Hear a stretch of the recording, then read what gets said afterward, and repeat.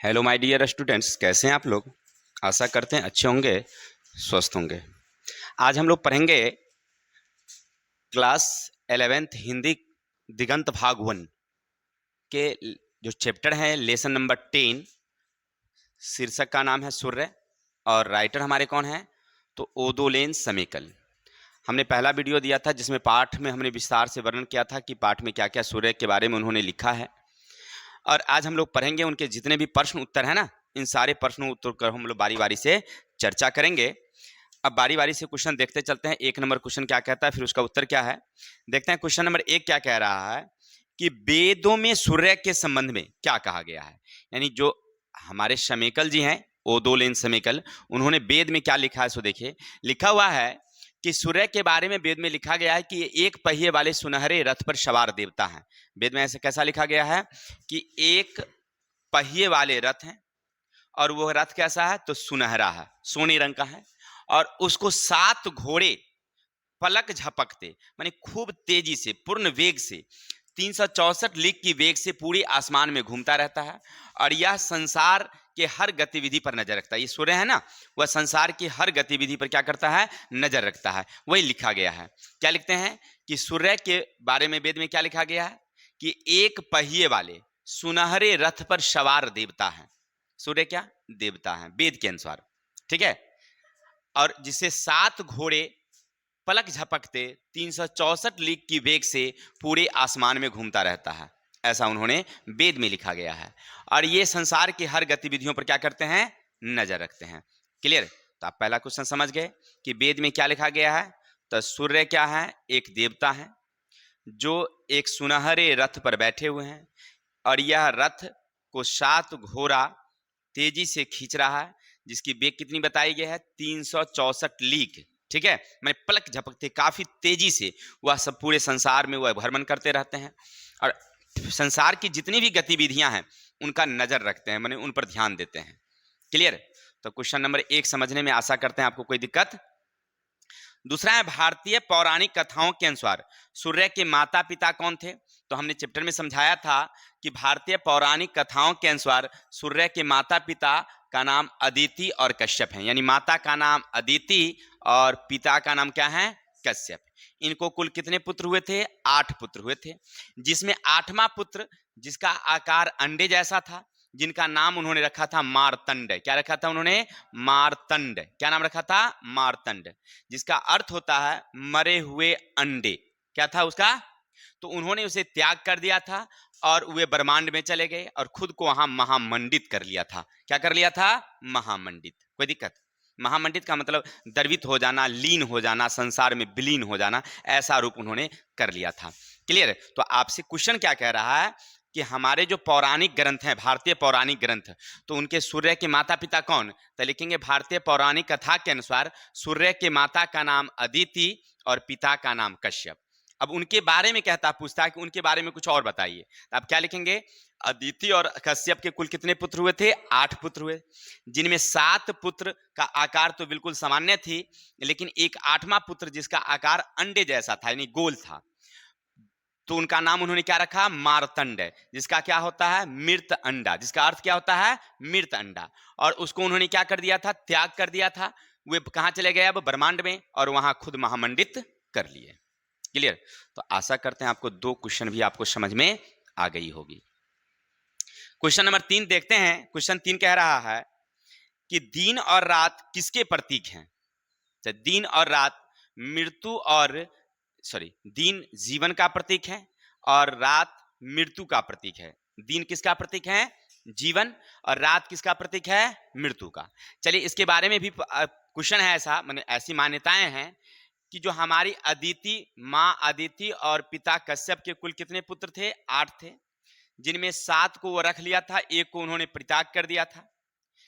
अब इन्होंने 7 पुत्र को कहा, क्या कहा कि तुम सृष्टि का सृजन करो। सृजन का मतलब होता है निर्माण, सृष्टि का निर्माण करो। ठीक है ना, ये जो सृष्टि चल रही है, संसार जितने हम लोग हैं, उनका सृजन करने के लिए कहा गया। तो 7 पुत्रों ने कहा कि मुझे तो जन्म का, यानी कि हमें अमरत्वा का तो ज्ञान है, लेकिन मृत्यु का ज्ञान नहीं है, और सृष्टि के सृजन के लिए मरना जरूरी, यानी कि जो जन्म लेंगे उसको मरना जरूरी है, और मरेंगे नहीं तो फिर कैसे काम चलेगा, संसार कैसे चलेगा। इसीलिए हम नहीं कर सकते। उस सातों पुत्र ने क्या कहा कि हम ऐसा नहीं कर सकते हैं। तब माँ अदिति किसके पास फिर से जाती है, वही मार्तंडेय के पास, और मार्तंडेय को कहती है कि तुम सृष्टि का सृजन करो। तो वो क्या बना देते हैं, दिन और रात बना देते हैं। झट से जैसे ही कहते हैं माँ अदिति कि तुम सृष्टि का सृजन करो, तो वो क्या बनाते हैं, दिन और रात बना देते हैं। दिन जीवन का प्रतीक है, रात मृत्यु का प्रतीक है। कोई दिक्कत?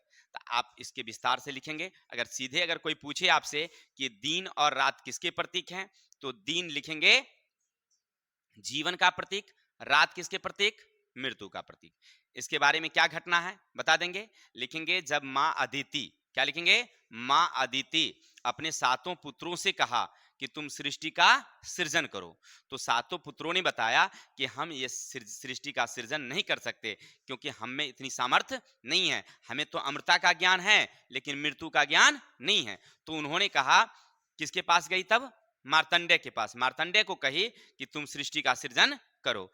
तो मार्तंडेय यानी सूर्य जो है वो क्या कर दिए, झट से दिन और रात का निर्माण कर दिए। और यही दिन जो है जीवन का प्रतीक, रात मृत्यु का प्रतीक। Now any problem? तो आशा करते हैं आपको 3 नंबर क्वेश्चन भी अच्छी तरह से समझ में आ गई होगी। क्वेश्चन नंबर 4 है, संज्ञा कौन थी। हमने बताया था सूर्य का विवाह विश्वकर्मा की पुत्री जिनका नाम था संज्ञा या सांख्य। क्या नाम था उसका, सांख्य या संज्ञा कहते थे, उनका भी नाम था। संज्ञा कौन थी, तो विश्वकर्मा की पुत्री, जो भगवान विश्वकर्मा है ना, जो ये क्या कहते हैं, स्ट्रक्चर भवन निर्माण करता देवता जिसको कह सकते हैं आप लोग, तो उनके पुत्री का क्या नाम था, संज्ञा या संख्या। ठीक है, संख्य संख्य। तो कोई पूछे आपसे कि संख्या या संज्ञा कौन थी, ये हिंदी में क्वेश्चन में रहेगा तब। अगर संज्ञा एक भी होता है, किसी वस्तु स्थान व्यक्ति के नाम को भी संज्ञा कहते हैं, वो व्याकरण में होता है नहीं, तो वहां पर अगर संज्ञा पूछेगा व्याकरण में तब आप लिखेंगे संज्ञा कौन थी। ठीक है ना, लेकिन यहाँ पूछ रहा है संज्ञा कौन थी, तो संज्ञा के बारे में लिखेंगे संज्ञा विश्वकर्मा की पुत्री थी, जिनका विवाह किससे हुआ था, सूर्य से। उन्हें कितने पुत्र हुए, 3 हुए। कौन कौन, तो मनु, व्यवस्तव, यम और यमुना। ठीक है, मनु, व्यवस्तव, यम और यमुना। और उन्होंने किसके कारण, सूर्य के आभा के कारण, उनकी गर्मी के कारण उनसे मतलब कष्ट में आने लगी, जिसके कारण संज्ञा जो है अपनी छाया को छोड़ दी। छाया का मतलब होता है अपने रूप का अंश। छाया का मतलब क्या समझे, रूप का अंश। ऐसा नहीं को मतलब वो कोई लड़की का नाम था छाया, छाया एक उनका रूप अंश था, उस अंश को उसने छोड़ दी और खुद अश्वनी बन करके तप करने चली गई। तो फिर छाया से कितने पुत्र हुए, 3 पुत्र हुए सूर्य का। कौन कौन, शनि, सावर्णी मनु और तप्ती। ठीक है, याद रखेंगे, ये आपको याद रखना होगा, परीक्षा में पूछता है।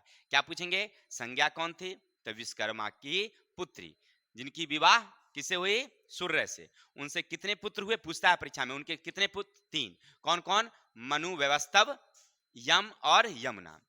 फिर लिखेंगे छाया का क्या संबंध है, तो लिखेंगे संज्ञा की जो आभा है, संज्ञा की जो रूप था, उसका एक छायांकित भाग समझिए छाया थी। ठीक है, माने उनका रूप एक क्या कहते हैं उसको, जैसे देखेंगे टेलीविजन में एक ही व्यक्ति 2-3 रूप में आ जाती है, नहीं आ जाती है, तो वही उनका एक रूप थी छाया। उसको छोड़ करके वह सूर्य के पास यशुनी बन करके कहाँ चली गई, तप करने। सूर्य को ये पता नहीं चला कि यह हमारी पत्नी नहीं है। ठीक है, जो उनकी ओरिजिनल पत्नी थी वो उनको पता नहीं चला, तो उनसे भी 3 पुत्र हुए। कौन कौन, शनि, सावर्णी मनु और तप्ती।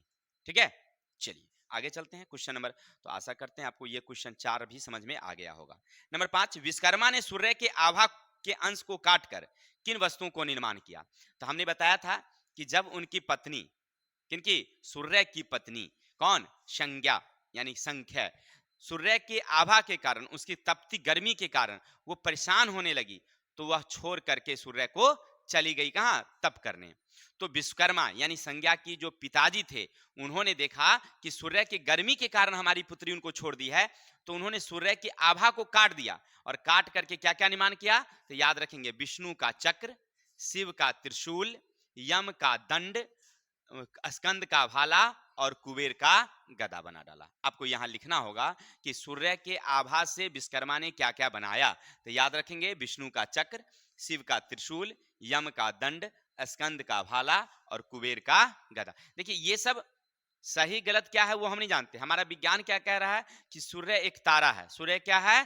तारा है जो अपनी प्रकाश से प्रकाशित होती है, ग्रह उनका चक्कर लगाता रहता है, ये हमारा विज्ञान कहता है। लेकिन हम विज्ञान नहीं पढ़ रहे हैं, हिंदी पढ़ रहे हैं। हमारी पौराणिक ग्रंथों में, हमारे जो वेद हैं उनके अनुसार ये सब लिखा गया है, और वेद का ही एक अंश है ये जो लिखा गया है यहाँ किताब में, उसको हम लोग पढ़ रहे हैं। ठीक है, तो सूर्य के आभा को काटकर क्या क्या बनाया गया? कोई दिक्कत? तो आशा करते हैं आपको ये भी क्वेश्चन समझ में आ गई होगी। नंबर आगे है 6। वर्ष के 12 महीनों में सूर्य का अलग अलग नाम है। महीनों के नाम के साथ साथ उनके 12 महीनों के तद्भव देशी नाम भी लिखिए। देखिए प्रश्न क्या कह रहा है हमसे कि हम लोग तो सूर्य की पूजा ऐसे भी करते हैं, सब दिन करते हैं, नहीं करते हैं? अरे हम नहीं करते हैं, हमारे माता पिता करते हैं, या बहुत सारे जो धार्मिक लोग हैं वो सूर्य की पूजा करते हैं, नहीं करते हैं? जब सुबह उठते हैं तो स्नान करते हैं, स्नान करने के बाद सूर्य को अपना जल अर्घ करते हैं। खास करके गांव में भी होता है और शहर नदी तालाब में भी लोग जाता है स्नान करने के लिए, तो सूर्य को लोग क्या डालते हैं? जल चढ़ाते हैं। यही सूर्य की क्या है? पूजा है। सूर्य की पूजा इसी तरह होती है। ऐसे हमारे बिहार में एक प्रसिद्ध पूजा है जिनका नाम है छठ पूजा। किसके नाम से जाना जाता है? छठ। उसमें किसका पूजा होता है? तो सूर्य की। एक बार हम लोग ढलते हुए यानी ढलते हुए सूर्य की पूजा, और एक हम लोग उगते हुए सूर्य की पूजा करते हैं, नहीं करते हैं? ऐसे और सारे पर्व हैं हमारे यहाँ, नहीं, जिनमें सूर्य की पूजा की जाती है। लेकिन मूल रूप से हम लोग 12 महीने में अलग अलग नामों से सूर्य की पूजा करते हैं, जिनमें याद रखेंगे 12 महीने के अलग अलग नाम। हिंदी के अनुसार, हिंदी पर्व मतलब महीने के अनुसार हमारा पहला महीना होता है चैत। याद रखेंगे पहला महीना क्या हमारा? चैत है हिंदी के अनुसार। कौन कौन? तो चैत में उनको कहा जाता है सूर्य को धाता। बैसाख में उनको कहा जाता है अर्यमा। ज्येष्ठ में उन्हें कहा जाता है मित्र। आषाढ़ में उन्हें कहा जाता है वरुण। सावन में कहा जाता है इंद्र। भाद्रपद में विवशान। अश्विनी में पूषा। कार्तिक में कर्तु। मार्गशीर्ष में उन्हें कहा जाता है अंशु। पौष में कहा जाता है भग। माघ में कहा जाता है त्वष्टा। और फाल्गुन में उनका नाम है विष्णु। यानी कुल मिलाकर के ये 12 नाम है। ऐसे आपके पाठ्य पुस्तक में भी सारे नाम हैं, आप वहां से भी देख सकते हैं। लेकिन आपसे पूछा जाए कि सूर्य के 12 महीने में क्या क्या नाम, तो हिंदी जो महीना है हम लोग, ऐसे हम लोग तो अंग्रेजी में जनवरी फरवरी मार्च पढ़ते नहीं पढ़ते हैं, लेकिन हम लोग मार्च और अप्रैल के महीने में एक महीना शुरू होता है जिसका नाम है चैत, जहां से हम लोग हिंदी महीना शुरू करते हैं चैत का। ठीक है, उसके बाद चैत, बैसाख, नहीं, उसके बाद जेठ, अखार, सावन, भादो, आश्विन, कार्तिक, नहीं, ऐसे करके ये महीना होता है। तो इस तरह से हम लोग पढ़ते हैं, और इन 12 महीने में अलग अलग नाम, ये आप याद कर लेंगे, नोट डाउन कर लेंगे। ठीक है, चलते हैं आगे। हमारा क्वेश्चन है पाठ में सूर्य के कई कार्य की जानकारी देगी। देखिए पाठ में सूर्य के कई कार्य हैं। कार्य तो हमने बताया भी था। सूर्य ना बहुत अच्छी होती है, याद रखेंगे, सूर्य पूजा करने से आपका शरीर स्वस्थ होता है। सूर्य की पूजा करने से क्या होती है? शरीर स्वस्थ होता है। खास करके जितने भी इन्फेक्शन की चीजें हैं ना बॉडी के, वो कम से कम दूर हो जाता है। हमने एक उदाहरण में बताया था, और ऐसी बातें सही है। मैंने कई प्रमाणिक जगह पर हमने देखा है ऐसा कि सूर्य की पूजा करने से आपके शरीर के बहुत सारे विकार दूर होते हैं। चलिए, तो सूर्य की पूजा हम लोग करते हैं, तो उनके अलग अलग कामों के लिए भी पूजा हो जाता है। देखिए कौन कौन काम है सूर्य का। सूर्य कई काम है, हर काम पर उनका अलग अलग नाम है। देखिए हर वस्तु को उत्प्रेरित करने के लिए उनका नाम है सविता। हर वस्तु को उत्प्रेरित करना माने प्रेरणा देना, ज्ञान देना, तो उसके जगह पर उनका क्या नाम हो जाता है? सूर्य नाम हो जाता है, सॉरी सविता नाम। सूर्य का क्या नाम? सविता। और कल्याण करने के रूप में किसका नाम उनका है? पूषण। और विवस्त के रूप में उसका नाम क्या है? सूर्य। और दुष्ट के रूप में उनका क्या नाम है? भग। ठीक है, माने सब अलग अलग नाम है, अलग अलग काम है। जैसे देखिए अभी आपने क्या देखा कि भगवान मतलब किसी को अगर नाश करना हो, नष्ट करना हो, तब उनका नाम उस समय क्या हो जाता है? भग हो जाता है। देखिए भगवान ही अलग अलग अवतार में आते हैं, कभी कल्याण करने के लिए और कभी मारने के लिए। नहीं, मारने के लिए आपने देखा होगा कि वही राम हमारे लिए क्या बन करके आए? ईश्वर बन करके आए, भगवान बन करके। और राक्षस के लिए क्या बन के आए? दुश्मन बन के आए। रावण को उन्होंने क्या कर दिया? वध कर दिया। श्री कृष्ण हमारे लिए क्या बन के आए? देवता बन करके आए, हम लोगों का कल्याण किया। लेकिन वही राक्षस को मारने के लिए आए, तो उनके लिए क्या बन गए? वो नहीं, उसका दुश्मन बन के आए। नहीं समझिए कि बहुत सारे राक्षसों को उन्होंने वध कर दिया। वध करना चाहे जो भी हैं वो उनके लिए क्या हुआ, राक्षस ना हो गए, उनके लिए क्या हो गए, क्या कहते हैं उसको हम लोग, दुष्ट कह सकते हैं। रावण के लिए श्री कृष्ण क्या थी, रावण के लिए राम क्या था, दुष्ट था, नहीं दुश्मन, नहीं दुश्मन था। चलिए उसी तरह से यहाँ पर सूर्य का अलग अलग नाम, वस्तु को उत्प्रेरित करने में क्या नाम, सविता, और कल्याण करने में क्या नाम, पूषण, विवस्त के रूप में उगता, माने उगाने के नाम, माने उगना हो अगर, माने उदय के रूप में तो उनका विश्वस्त, और दुष्ट के रूप में उनका क्या नाम, भग। कोई दिक्कत? तो आशा करते हैं ये 7 क्वेश्चन छोटे छोटे क्वेश्चन हैं और ये सारे क्वेश्चन आपको समझ में आ गया होगा। अब हम लोग पढ़ेंगे आगे, जो हमारे क्वेश्चन हैं वो हम लोग देखेंगे नेक्स्ट डे, ठीक है। ये 7 क्वेश्चन आप लोग देख लेंगे। कौन सा बोलिए, 8। विभिन्न देशों में समाजों में सूर्य को अलग अलग नाम से प्रचलित हैं, इनकी सूची दी जा रही है, रिक्त स्थानों को भरिए। देखिए प्राचीन मिस्र में उनका क्या नाम है, तो प्राचीन मिस्र में उनका नाम है फारस, क्या नाम उनका, फारस नाम है, ठीक है ना। उसी तरह से कहीं उनका नाम अपोलो है, कहीं नाम उनका क्या है, अपोलो है। असीरियाई उनको क्या नाम कहते हैं, अलग अलग नामों से जानते हैं, उनको देख लेंगे किताब में, ऐसे हम क्या नाम है उसका, मेरुदा जो भी है। और फिनिशिया में क्या नाम है उनका, अपोलो। देखिए वो सब नाम है, देख लेंगे बाद में, ऐसे हम इतनी नोट डाउन किए थे, कोई दिक्कत?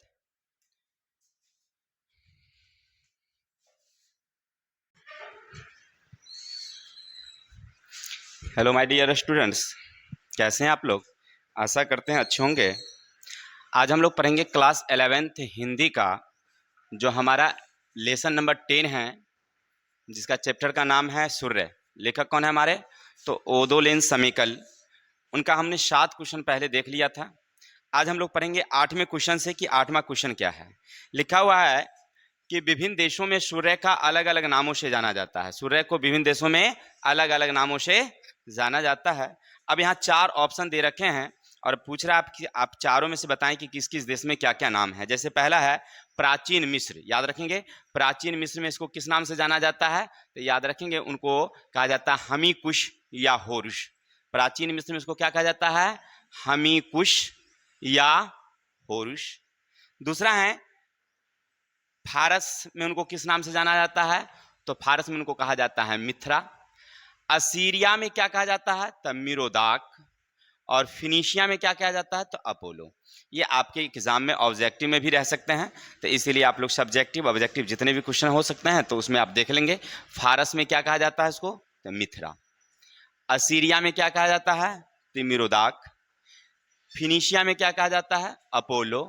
प्राचीन मिस्र में क्या कहा जाता है, हनीकुश या, कोई दिक्कत? तो आशा करते हैं आपको यह क्वेश्चन समझ में आ गई होगी। नंबर 9 है रोम सम्राट ऑरेलिया ने सूर्य मंदिर को क्यों नष्ट नहीं किया। हमने चैप्टर में पढ़ा था कि जब रोम के सम्राट थे जिनका नाम था अरेलिया, रोम के सम्राट का क्या नाम था, अरेलिया, इन्होंने एक विद्रोही रानी जीनोबिया, याद रखेंगे क्या नाम था, जीनोबिया, इनके राज्य पर आक्रमण किया और उसको नजरमंद, क्या कहते हैं उसको, बंदी बना लिया। किसको, जीनोबिया को। और उसकी सुंदर राजधानी थी, उस राजधानी को उसने क्या कर दिया था, नष्ट कर दिया। कौन, ये अरेलिया, यानी रोम के सम्राट थे अरेलिया। उन्होंने विद्रोही रानी जीनोबिया को बंदी बना लिया, उसके राजधानी को क्या कर दिया, सुंदर राजधानी थी बहुत सुंदर, उस सुंदर राजधानी को उसने नष्ट कर दिया।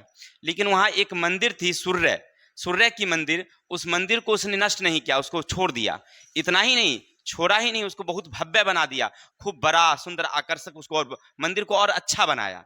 तो क्वेश्चन कह रहा है क्यों बनवाया, इसलिए क्योंकि जो रोम सम्राट अरेलिया थे ये सूर्य को क्या मानते थे, देवता मानते थे, माने उनको एक आराध्य माने परम गुरु मानते थे, इसीलिए परम भगवान देवता, इसीलिए उस मंदिर को उन्होंने तोड़ा नहीं और उसको और क्या बनाया, भव्य बनाया। माने वो देवता मानते थे ना, किसको, सूर्य को, तो इसीलिए उस सूर्य मंदिर को उन्होंने तोड़ा नहीं और क्या किया, उसको और भव्य बनाया। कोई दिक्कत? चलिए आगे चलते हैं हम लोग। क्वेश्चन नंबर 9 कहता है, सॉरी 10, मिथराइयों के अनुसार सूर्य का जन्म दिवस, यानी कि जो हम लोग आज जिसको ईसाई मानते हैं, ईसाइयों के अनुसार सूर्य का जन्म दिवस कब है, तो याद रखेंगे 25 दिसंबर। अब उसके प्रमाण में क्या बताया गया है, तो उनके प्रमाण में कहा गया है कि पहले जो क्रिसमस डे होता था, यानी जो हम लोग बड़ा दिन मानते थे, वो कब मानते थे? वो लोग मनाते थे 6 जनवरी को। कब मनाते थे? 6 जनवरी को मनाते थे। लेकिन वो लोग भी सूर्य को, मिथराई लोग भी किसको मानते थे? सूर्य को एक देवता मानते थे, माने एक अच्छे प्रभु मानते थे। इसलिए अपना जो वो उनका क्रिसमस डे था, ये 6 जनवरी था, उसका दिन वो क्या कर दिए? चेंज कर दिए, और 25 दिसंबर यानी सूर्य के जन्मदिन पर ही वो अपना पर्व मनाना शुरू कर दिए। कौन पर्व? क्रिसमस दिवस। तो आज भी हमारे देश में क्रिसमस दिवस किस तारीख को मनाया जाता है? 25 दिसंबर को। क्यों? क्योंकि मिथराइयों के अनुसार ये 25 दिसंबर हमारा क्या है? जन्मदिन है। किनका? सूर्य का। तो अगर आपसे पूछे कि मिथराइयों का सूर्य, जो सूर्य हैं, उनका जन्म दिवस कब है मिथराई के अनुसार? तब 25 दिसंबर। कैसे? तो लिखिएगा, इनके प्रमाण में बताया गया है कि पहले वो लोग 6 जनवरी को मनाते थे क्रिसमस डे, लेकिन सूर्य का जन्म दिवस 25 दिसंबर को होने के कारण वो अपने 6 जनवरी का तारीख बदल करके क्या कर दिए? वो 25 तारीख को कर दिए, और 25 तारीख को ही अपना क्रिसमस डे मनाने लगे। किसके याद में? तो सूर्य के जन्म दिवस के याद में। नंबर 11 है प्राचीन मिस्र। चित्रों के शरद के सूर्य के सिर पर सिर्फ एक बाल दिखाया गया है। देखिए वहां पर क्या है कि मिस्र में, जो प्राचीन मिस्र है, वहां पर एक तस्वीर प्रकाशित होती है, और उन तस्वीरों में जो शरद ऋतु होती है, तब सूर्य के सिर पर केवल एक केस दिखाया जाता है। इसका मतलब क्या है? तो इसका मतलब यहाँ है, यानी प्राचीन मिस्र का मानना है, वहां के लोगों का मानना है कि प्राचीन मिस्र शरद ऋतु आती है। शरद का मतलब होता है ठंडा का। तो ठंडा में सूर्य का तापमान क्या हो जाता है? कम हो जाता है, वो कम हमें दिखाई देती है। उनके प्रकाश मतलब उसका प्रकाश जो होता है ना, हम लोगों को तक कम पहुंच पाता है। तो कम पहुंचने के संकेत में सूर्य के सिर पर क्या दिखाया जाता है? एक केस दिखाई जाती है। माने एक केस दिखाई देने का मतलब हुआ कि उनके सिर पर एक केस है, अर्थात उनका प्रकाश कम आता है। ठीक है? कब मौसम में? शरद ऋतु में। ठीक है, कोई दिक्कत? नंबर आगे हैं, सूर्य मंदिर के अवशेष भारत में कहां कहां मिले हैं? क्वेश्चन नंबर 12 में क्या कह रहा है कि बताइए भारत में कहां कहां पर सूर्य मंदिर के अवशेष मिले हैं? तो याद रखेंगे, सूर्य मंदिर प्राचीन भवनावशेष भारत के जम्मू कश्मीर के मारतंड नामक स्थान पर। जम्मू कश्मीर में एक जगह है जहां पर मारतंड नामक स्थान है, उन मारतंड स्थान पर सूर्य मंदिर के अवशेष दिखाई पड़े हैं। साथ ही साथ पाकिस्तान का एक जगह है जिनका नाम है मुल्तान। मुल्तान में भी सूर्य मंदिर के अवशेष मिले हैं। ठीक है, कहां मिले हैं? तो पाकिस्तान के मुल्तान में और जम्मू कश्मीर के मारतंड में। ठीक है, तो ध्यान रखेंगे। आपसे क्वेश्चन पूछता है कि बताइए हमारे भारत में कहां कहां पर जो सूर्य मंदिर थे उसके अवशेष भग्नावशेष मिले हैं? तो आप क्या लिखेंगे? तो सूर्य मंदिर के अवशेष जम्मू कश्मीर के कहां? मारतंडा में, और साथ ही साथ पाकिस्तान के मुल्तान नामक स्थान पर सूर्य मंदिर के अवशेष देखने को मिले हैं। अवशेष माने समझ रहे हैं? मंदिर है नहीं, मंदिर टूट चुकी है, लेकिन उनका अवशेष अभी भी है। जो वहां पर लोग हैं, कुछ लोग उस टूटे हुए मंदिर में भी पूजा पाठ करते हैं सूर्य की। ठीक है, सूर्य मंदिर में सबसे बड़ा मंदिर हमारे यहाँ कहाँ है? तो हमने बताया था उड़ीसा का कोणार्क मंदिर। याद रखेंगे, सूर्य मंदिर का सबसे बड़ा उदाहरण है। ऐसे उस मंदिर में भी अभी बंद है, दरवाजा वहां भी बंद है, वहां भी उसकी पूजा नहीं की जाती है। बहुत बड़ा मंदिर है, आप जाएंगे देखेंगे तो बहुत भव्य। ठीक है ना, लेकिन अभी भी वहां पर उनकी पूजा नहीं, लोग देखने के लिए जाते हैं, लेकिन फिर भी कोई दिक्कत। चलते हैं आगे हम लोग। मैं मैक्स मूलर ने सूर्य के संबंध में क्या लिखा? देखिए, मैक्स मूलर कहाँ के निवासी थे? तो जर्मनी के। याद रखेंगे, हम लोग उनका एक लेख भी पढ़े थे, भाषण, हम भारत से क्या सीखें। उनका भारत से बहुत लगाव था, तो उन्होंने सूर्य के बारे में क्या लिखा है? देखिए, मैक्स मूलर के अनुसार सूर्य जो है वैदिक कथाओं का एक प्रमुख देवता है। माने वेदों के अनुसार सूर्य क्या है? एक प्रमुख देवता है। और उनका मानना है, किनका? वेद का मानना है कि सूर्य जो है ना, वो ऊपर से आकाश से भ्रमण करते हैं और सब कुछ देखते हैं। हम क्या गलत कर रहे हैं, क्या सही कर रहे हैं, इन सारी चीजों पर किनकी नजर होती है? सूर्य की नजर होती है। ये किसने बताया? मैक्स मूलर ने कहा है। और क्योंकि वो जागता जिंदा क्या है? देवता है। वो सब कुछ देख रहे हैं, चल रहे हैं, तो वो जिंदा देवता है ना, तो वो सब कुछ देखते हैं। तो उनसे हमें बचने के लिए हम लोग उनकी प्रार्थना करते हैं कि हे प्रभु, हम तो मानव हैं, हमसे जो गलती हुई है आप उनको क्या कर दीजिए? माफ कर दीजिए, भूल जाइए। ठीक है ना? ऐसा कौन लिखा ये बात? मैक्स मूलर कहते हैं, अपनी किताबों में उन्होंने ऐसा लिखा है। ठीक है, तो आपसे पूछा जाए कि मैक्स मूलर ने क्या क्या कहा है सूर्य के बारे में, तो लिखेंगे जर्मनी लेखक मैक्स मूलर ने बताया कि सूर्य जो है एक जिंदा देवता है, जीते जागते देवता है, क्योंकि सूर्य आकाश के इस पक्ष से दूसरे पक्ष जो है ना वो चलते रहते हैं और संसार की सारी गतिविधियों पर वो नजर रखते हैं, देखते हैं। अर्थात हम जो क्या गलत कर रहे हैं और क्या सही कर रहे हैं, ये सब किनके नजरों में होती है, सूर्य के नजरों में होती है। तो वो जब देखते हैं तो हम उनसे बचने के लिए हम उनसे प्रार्थना करते हैं। ये कौन लिख रहे हैं, मैक्स मूलर लिख रहे हैं कि हम उनसे प्रार्थना लिख रहे हैं, करते हैं कि हे प्रभु, हम तो मनुष्य हैं, हमसे जो गलती हुई हो, आप तो देवता हैं, आप हमें क्षमा कर दीजिए और हमारी गलतियों को आप भूल जाइए। ठीक है, कोई दिक्कत? ये बात किसने लिखा, मैक्स मूलर ने लिखा। नंबर 14, राम ने शक्ति प्राप्त करने के लिए किस स्रोत का पाठ किया था? देखिए, तो आप याद रखेंगे राम जो हैं क्या किए थे, जब एक मतलब अपनी शक्ति प्राप्त करने के लिए उनके एक ऋषि थे जिनका नाम था अगस्त मुनि। याद रखेंगे क्या नाम था उनका, अगस्त मुनि। अगस्त मुनि के कहने पर उन्होंने राम ने यानी राम आदित्य हृदय स्रोत का पाठ किया था। आदित्य हृदय स्रोत का पाठ का मतलब हुआ कि सूर्य की पूजा किया था। ठीक है, ऐसा नहीं कहा कि किन की पूजा किया था, तो आप तो लिख देंगे सीधे सूर्य की पूजा। पाठ पूछ रहा है किन की पाठ, तो आदित्य, आदित्य का मतलब भी क्या होता है, सूर्य। तो वहां पर एक पाठ है जिनका नाम है आदित्य हृदय स्रोत। उन पाठ का उन्होंने अध्ययन किया यानी पढ़ा और सूर्य की पूजा की, तब जाकर के उन्हें एक अद्भुत शक्ति प्राप्त हुआ। किसके कहने पर, अगस्त मुनि के कहने पर। ठीक है, तो आपसे क्वेश्चन क्या क्या है, राम ने अपनी शक्ति प्राप्त करने के लिए किसकी पूजा की, किसकी आराधना की, तो सूर्य की। तो सूर्य में किनका पाठ किया था, तो आदित्य हृदय स्रोत का। जैसे आप रामायण में कई कांड होते हैं ना, किष्किंधा कांड है, लंका दहन कांड है, बाल कांड है ना, जैसे हनुमान जी का कई कांड उसमें लिखा गया है, उसी तरह से यहाँ पर सूर्य के कई कांड है जिनमें आदित्य हृदय स्रोत जो है, ये पाठ किसने किया था, राम ने। क्यों, तो अपनी शक्ति को बढ़ाने के लिए। जब उनको किनसे लड़ना था, रावण से लड़ना था। रावण भी बहुत शक्तिशाली था ना। चलिए, तो हम लोग पढ़ रहे थे 14 नंबर क्वेश्चन, राम ने शक्ति प्राप्त करने के लिए। आशा करते हैं इतना समझ में आ गया होगा। नंबर 15 है अदय और सदा वृद्ध शब्दों का अर्थ है। तो देखिए, अदय का अर्थ होता है, हमने बताया था आपको, अदय का अर्थ होता है जो दो नौ हो सके, अर्थात जिसका खंड नहीं किया जा सकते। अदिति उसको भी कह सकते हैं, आदित्य। तो अदिति का मतलब जिसका खंड ना हो, यही अदय कहा है, जो दो न हो, जिसका खंड नहीं किया जा सकते। और सदा वृद्ध का अर्थ है जो सदा बढ़ता रहे, कभी समाप्त न हो, उनको कहते हैं हम लोग सदा वृद्ध। नाम से ही पता चलता है, सदा वृद्ध माने सदा बढ़ते रहे। और अद्य का अर्थ हुआ जो जिसका खंड नहीं किया जा सके। ठीक है, तो ये तो छोटे छोटे क्वेश्चन है। अद्य का अर्थ तो जिसका खंड न हो, माने जिसको दो भागों में विभाजित नहीं किया जा सकता है।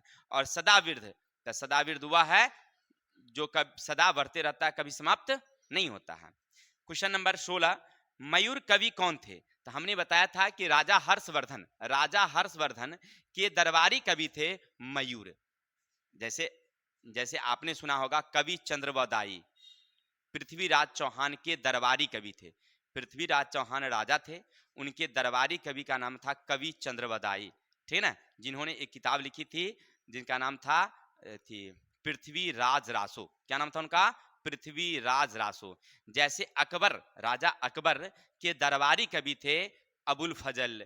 जैसे ये क्या कहते हैं जिनका नाम था अकबर, बिरबल, बिरबल था नहीं, तो अबुल फजल ने लिखा अकबरनामा या आईने ए अकबरी, ये सब किताब लिखा था। ठीक है, तो उसी तरह से आप चंद्रगुप्त मौर्य के नाम सुना होगा, नहीं पढ़े होंगे। तो चंद्रगुप्त मौर्य के दरबारी कवि कौन थे, कौन था चंद्रगुप्त, उनका कोई दरबारी कवि था, उसका नाम है चाणक्य। चाणक्य उनका नाम था। ठीक है, तो उसी तरह से हर्षवर्धन के दरबारी कवि कौन थे, मयूर। उन्होंने सूर्य के बारे में यानी सूर्य की प्रशंसा करते हुए एक किताब लिखा, सूर्य शतकम। क्या रखा, सूर्य शतकम, एक किताब लिखा।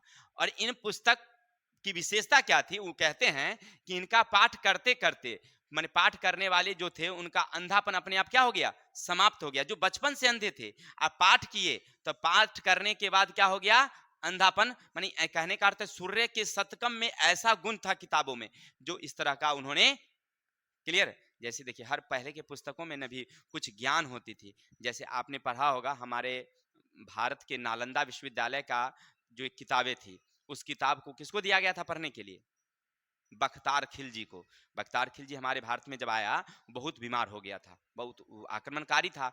बीमार जब हो गया तो कितने जितने भी उसके वैद्य थे, उसके जो नीम हकीम थे, माने इस्लाम धर्म के जितने गुरु थे, सबसे इलाज करवाया, ठीक नहीं हुआ। तो कुछ लोग कहे कि तुम नालंदा के जो गुरु हैं उनसे दिखवाओ, ठीक हो जाएगा। जब वो मरने लगा, जब देखा कि अब हमारी मतलब अंत हो जाएगी, तब उसने मजबूरीवश नालंदा के हिंदू जो ब्राह्मण थे उनको बुलवाया, ठीक है, और उनको कहा कि आप हमें इलाज कीजिए, लेकिन शर्त रखा कि हम तुम्हारी दवा नहीं पिएंगे, तुम्हारे हाथ की दवा हम नहीं पिएंगे। तो उसने कहा ठीक है, हम दवा तुमको नहीं देंगे, ठीक है। अब क्या होता है सो देखिए, उनका नाम था शीलभद्र, जो गुरु थे शीलभद्र, उन्होंने बख्तार खिलजी को दिया था। बस उन्होंने क्या किया, एक कुरान शरीफ उनको दिया, कुरान शरीफ, और कुरान शरीफ को रोज रोज कहा 2-2 पन्ना तुमको पढ़ना है, ठीक है, आप या 3-3 पन्ना, मैंने उनको दे दिया कि इतना इतना पाठ तुमको रोज करना है। अब रोज वो करने लगा, पाठ करते करते ना वो कुछ दिन में ठीक हो गया। कौन? बख्तार खिलजी, जो काफी दिनों से बीमार था, कितना इलाज किया ठीक नहीं हुआ, वो केवल पाठ करने से ठीक हो गया। तब पाठ करने से जब फिर बख्तार खिलजी बुलवाया इसको, ठीक है, तो शीलभद्र को बुलवाया तो पूछा कि तुमने क्या ऐसा कर दिया था कि हम ठीक हो गए, मैंने किताब पढ़ते पढ़ते हम ठीक हो गए, ऐसा क्या था?